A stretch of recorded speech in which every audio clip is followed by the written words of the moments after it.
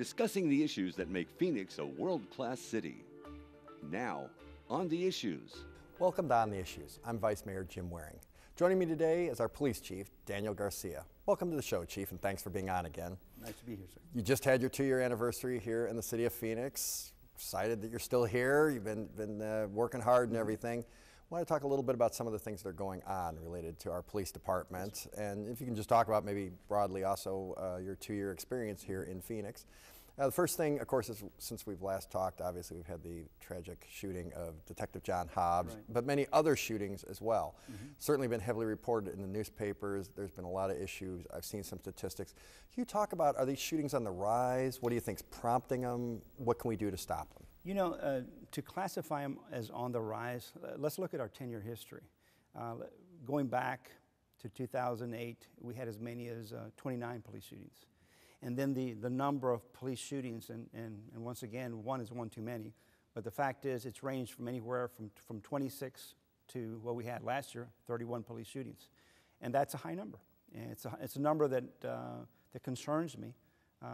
That's why I've asked for a deadly force review of our policy, not our policy, but review the shootings. I want to go back 5 years. The incidents. The incidents. I want to review the incidents and look at what are the common denominators of some of the things we've seen. And let me just talk about those for a bit with you. Violent felony offenders, people that have said, I'm not going back to prison. There's a mental health issue. We've all heard of suicide by cop. Some of these shootings fell in that category. There's just a number of issues, drug-induced psychoses that instigate violent aggression toward our officers. The bottom line is we're always looking for voluntary compliance when we make an arrest. In law enforcement, sometimes you don't get it.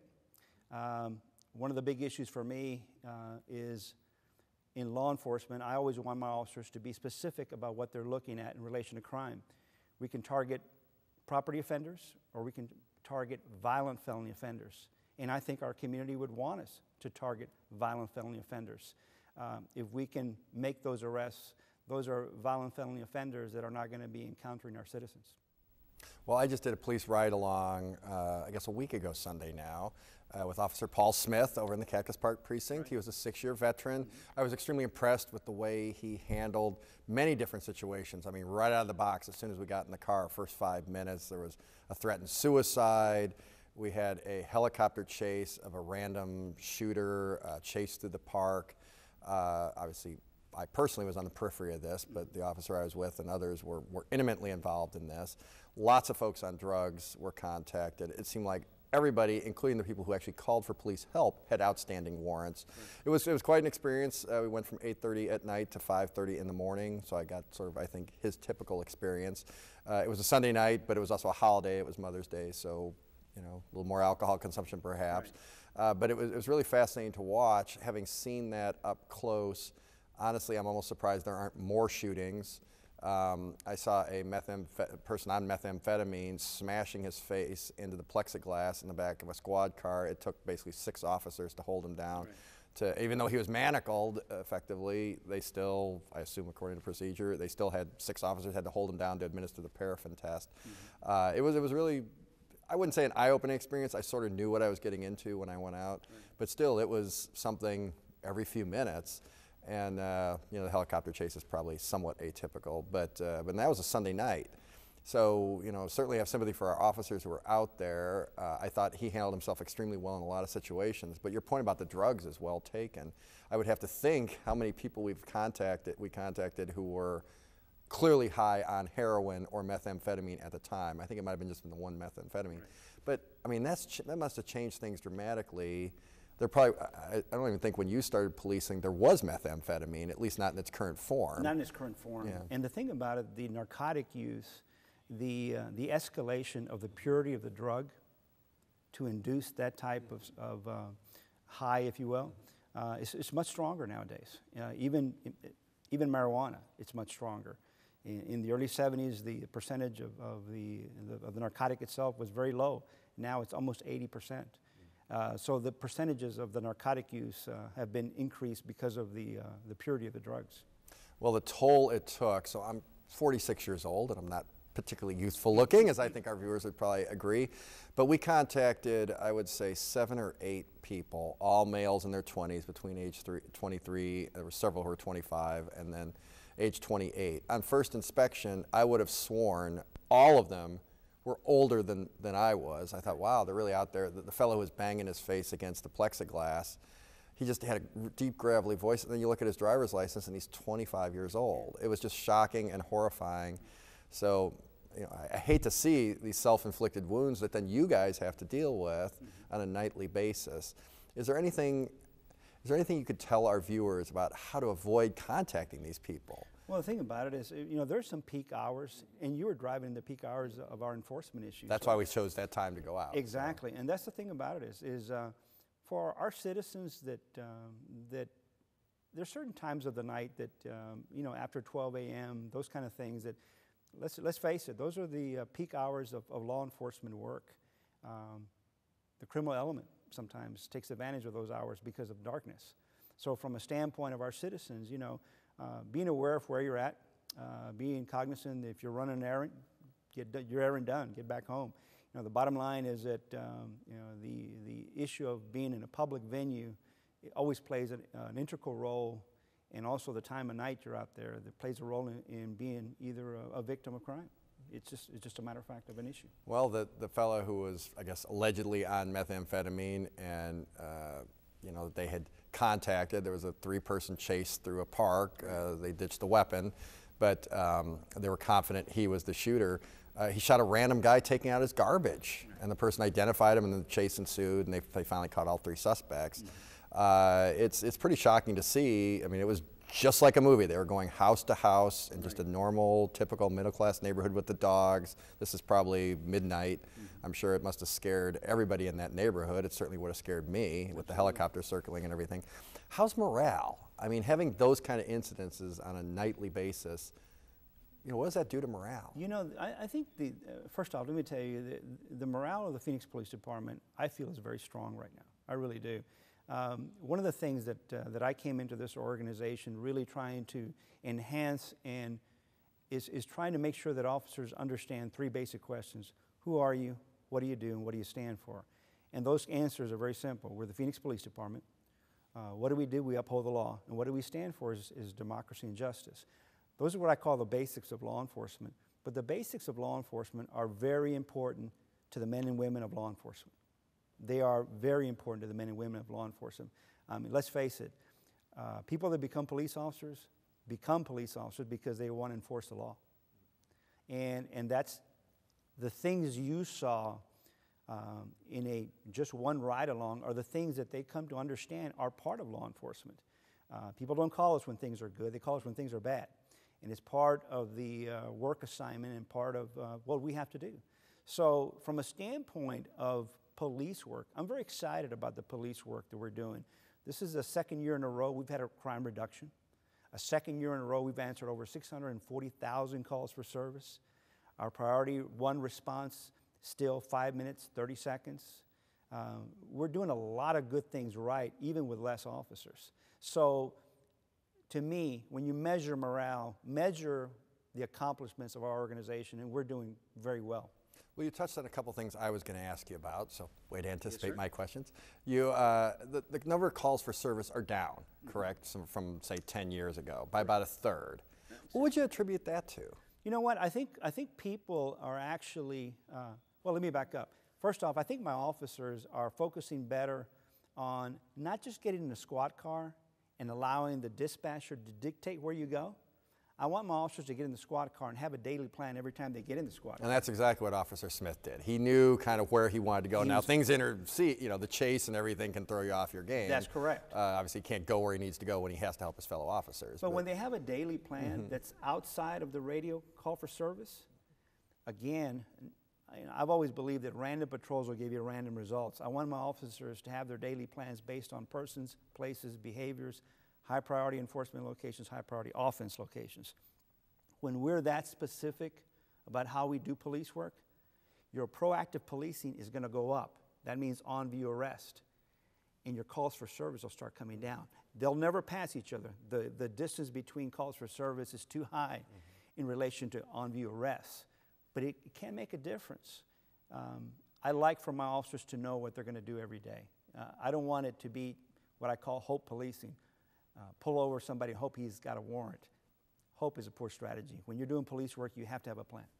If I'd been a Martian beaming in from space and was just going on my first ride along, I would have assumed every person in this country has a warrant based on what we saw. It was sort of amazing. They'd run the computer and there it would be. One guy said, just cuff me up. And it turns out his was actually, they figured out that he had actually taken care of it, so they appreciated his good sporting nature about the whole thing, but he was trying to straighten out his life and had some incidents in the past. You were driving in the peak hours of enforcement. You really were. And you get past 2 in the morning, and there's some folks out that, let's face it, they do their work is criminal activity, and they do that in those hours of the night. And it's not always that. Our officers have to use good discretion when they're pulling people over and be respectful. But again, that's part of what we do. Well, we're talking about, so I just met with some of your top commanders earlier today. You know, we're going to be reconfiguring, potentially, I think it's probably going to happen at some level, the precinct boundaries. And can you talk a little bit about the impetus for that and why that's necessary now? It's important for us because, you know, you can slice a pie 8 ways, or you can slice it 4 ways and put more ingredients, so to speak, on the 4 pieces.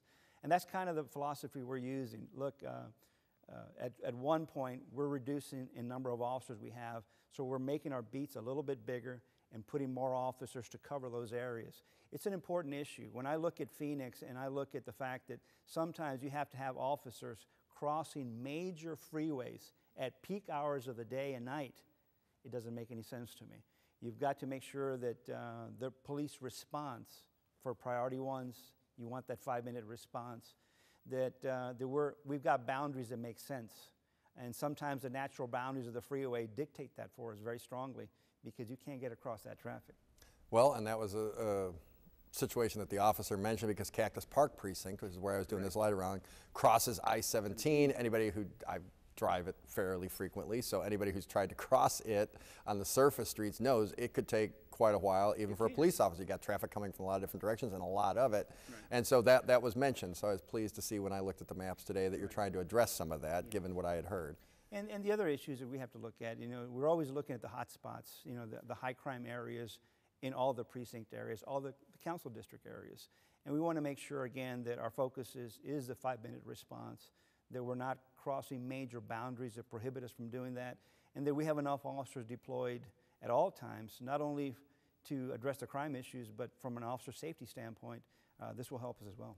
Now, how do you address it? So Black Mountain Precinct is a big chunk of my district and the more rural areas of my district. We have a lot of state trust land that hasn't been developed, so the houses are much more spread apart than they are in, say, the central section of the city. So by definition, the precinct area is much bigger. Correct. So how do you maintain the 5-minute response time in an area that's just, I mean, it's just a fact. We don't have teleporters, so you're taking a car. How do you adjust for that? The issue of the number of priority ones that come in at in Black Mountain is very different than those you have in South Mountain. So sometimes you have to look at those categories and make a determination.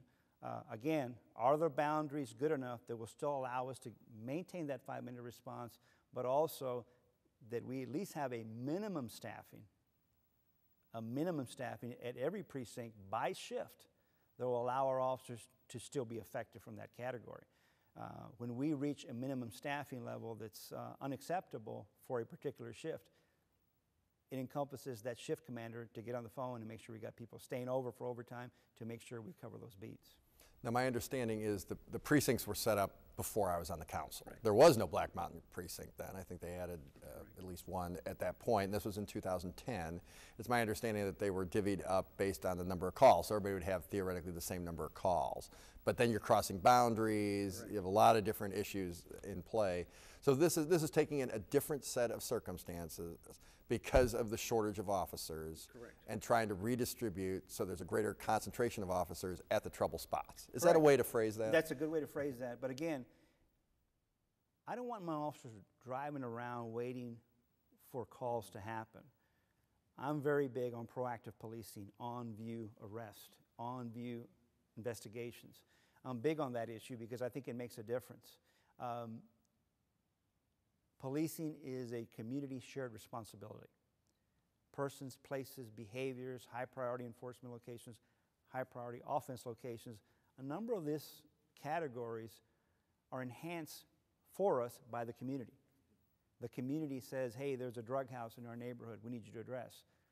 If we address that issue at the forefront and are not waiting for a call for service to come out of there, then we're ahead of the game. So the aspect of having a daily plan is the way that we can combat the issue of calls for service.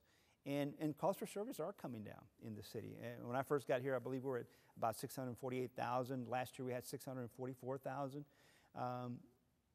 We have to be very cognizant of making sure that our daily patrol staffing is adequate.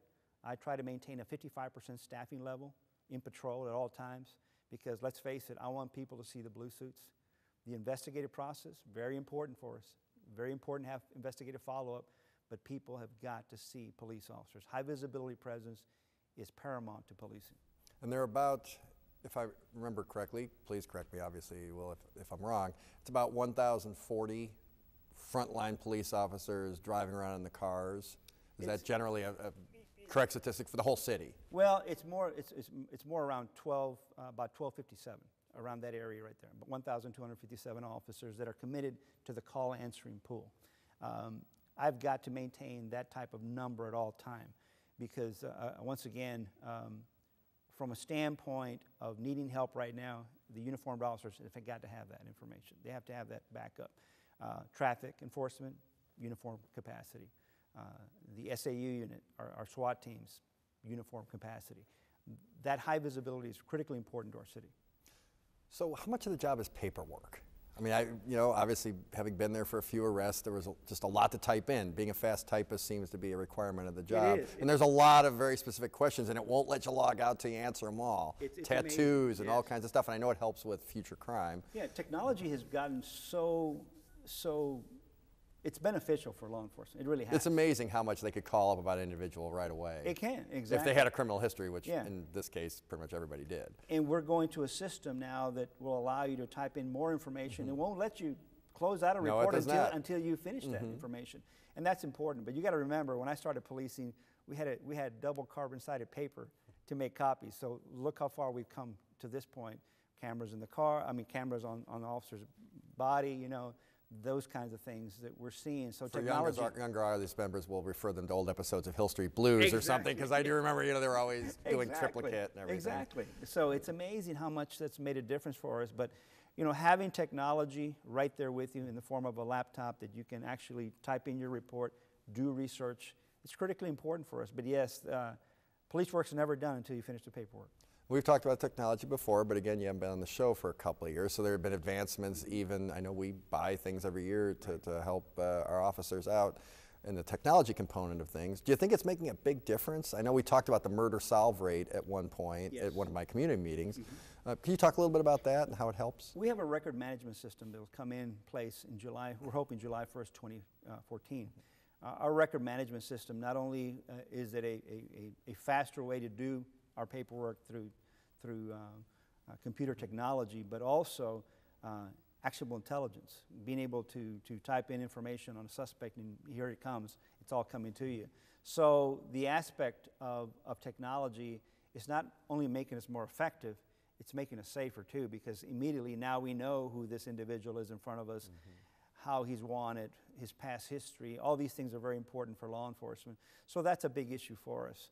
The technology aspect of are making our department, technology makes us stronger multi-force multipliers. Technology allows us to, in essence, to do more with less through technology. Now, you've been here for 2 years, and so I'm sure you've learned a lot simply by virtue of the fact that you hadn't had the top job before. But what are your takeaways from the first couple of years? Surprises? You know what? Actually not. The surprises, this is my 36th year in law enforcement. I would say not surprises, but confirmations. And what I mean by that is this. I've always believed that officers, if they understand the mission of policing and their commitment is there, there's nothing we can't do. And to me, when you have a police department that is understaffed, budget, I mean, as far as people, and we're 500 officers shorter than we were in 2008, but yet we're still reducing crime. Yet we're still answering calls for service. Our response time still there. It's the commitment of the officers. It's their commitment to do police work. And to me, I like to call it the mastery of policing. Officers have got to understand how we do police work and what that entails, the person's, places, behaviors, things that I talked about. When officers understand that, once you have officers buy in on the mission, there's nothing we can't do. And that's what I mean by the confirmation of that. I've always believed that. Now being the chief of police of this great city, this great police department, I see that every day. We're still understaffed, but we're still getting the job done. And it's because of the men and women that are out there doing the job every single day. Their commitment is unwavering. Well, that's kind of what I saw when I was out. Obviously, you have, generally speaking, folks between mid-20s and mid-40s, I would say, was mostly what I saw going out. Everybody gets together at the beginning and disperses, so I had a little bit of chance to analyze that. And then we ran into a lot of different officers throughout the course of the evening at various calls. How long does it really take for someone to get out of the academy and to get hired by City of Phoenix to really become an effective officer, to do the kind of things you're talking about? Because you'd have to have experience as a component there to know what's going on. You do. I tell you what, when an officer gets to about the 5th year mark, it's really, I think, the turning point of really coming to understand what police work's about. I will tell you that most officers coming out of the academy think it's about the action rather than the cause. Officers go out there and they get involved in a lot of action. Sometimes it is like you see on police department in the police shows, but it's really not about the action. It's about the cause. And once you get to about the 5-year mark, I think your discretionaries become better. Your decision making becomes better, and you come to understand that when people tell you something, you really have to dissect what they're telling you. If you're there to investigate, you're not a police officer just taking a report. You really are there to investigate the offense from the very get-go, from the very onset of the call. And officers come to understand that better at a 5-year mark, and then they just get better at it as they continue to do police work. But I think the 5-year mark is really the sign of becoming a good police officer, because you become a better investigator, and you come to understand that it's not about the action, it's about the cause. So the officer hits the 5-year mark, and now they're an experienced officer. The officer I rode with, I think I mentioned, was in his 6th year. So at a certain point, they have a beat, they have an area, they get to know that area. How long would they expect to stay with that area? How often do you rotate them around for the sake of rotating around or learning new jobs? That's a great question. Let me just walk you through. And maybe it doesn't have a defined answer. No, it actually does. Yeah, really, if someone stays there 2 years, that's about average, but that's an unacceptable average. I'll be the first one to tell you that. Because it should be more or less? It should be more. Okay. It should be more. The thing about it is that, I'll give you a good example here. 16-year-old little Johnny here commits a burglary. I'm the beat officer. I arrest him. He commits another burglary in the same area. Sounds like the same MO. I go, that's probably little Johnny. I'm going to go back there and pick him up again. Sure enough, he's got the property. That happens a 3rd time. I'm going to go check on little Johnny. But if I get moved tomorrow and you're the new beat officer, unless I tell you about little Johnny, you're starting from scratch. And that's what you see in law enforcement a lot, unfortunately, because people, well, you say unfortunately, but people do want to move to different areas sometimes. People do want to promote up. Be closer to home, or exactly. Shorter commute. Same thing that everybody, real-life citizens have, sure. Exactly. So who's consistent and who's random is a good question that law enforcement always has to ask themselves. We have got to strive to be consistent when it comes to actionable intelligence and knowing what's around us and how we do police work. How long, I guess I should say, in a career would an officer expect to work nights? Now, my father-in-law was a Tempe police officer, and he liked the nights, and he never really switched back. You know, he was a night person. I love the night shift. See, there you go. My sister was a night person. I was a morning. I wanted to get up at 5 in the morning. So. You know what? I think the reality... Because that's when kind of the stuff happens. Yeah. I would assume it skews younger. I assume it skews newer because most people probably want to work the days. If you're talking the second shift, which is, the evening shift up till about, 3 in the morning, you're probably talking our youngest officers. If you're talking the day shift, of course, that's where you're going to have your most seniority, and it's seniority based. Let's face it, and that's one of the issues of our organization. You have an organization that's not hiring new people, and if we are, it's at a very limited point. So that ability to move kind of stifles it a little bit, and that's the issue that's kind of tough on our officers now. I would like to see the hiring process start again in 2015 as we start moving into hiring police officers. I think coming out of that chute, you want to hire laterals because that'll get them on the street faster. But at some point, I do want to send people through our academy. I think it's very important to develop the culture of your organization through what you think is important about your organization. History is everything. Because we don't have a ready pool of new recruits ready to go. No. I mean, they would have to go through the academy, I think, 18 to 24 months before they were really out on the street. Correct. Yeah. So I understand what you're saying about the lateral folks. You're still promoting. Yes. That hasn't changed. You still need supervisors. When supervisors retire, you have to have that. So is that taking people off the street? Or you know what? So I would argue that officers always have to have leadership. And we have leadership at every rank. We have leadership in the officer rank. The fact is that the demands of policing a squad, and we're going through a process of rebounding, that's actually going to give us additional supervisors to supervise. I think there's a number of things that could affect that issue, but the bottom line is you still have to have somebody who makes sure that accountability is there in any organization. And I think that's part of what we do. Well, Chief, we appreciate your role and everything. Amazingly, the half hour has already flown by, so I enjoyed it very much. I hope our audience, I try to channel them and ask you questions that I think they would want answers to. Appreciate you taking the time. I know how busy you are. It's my pleasure.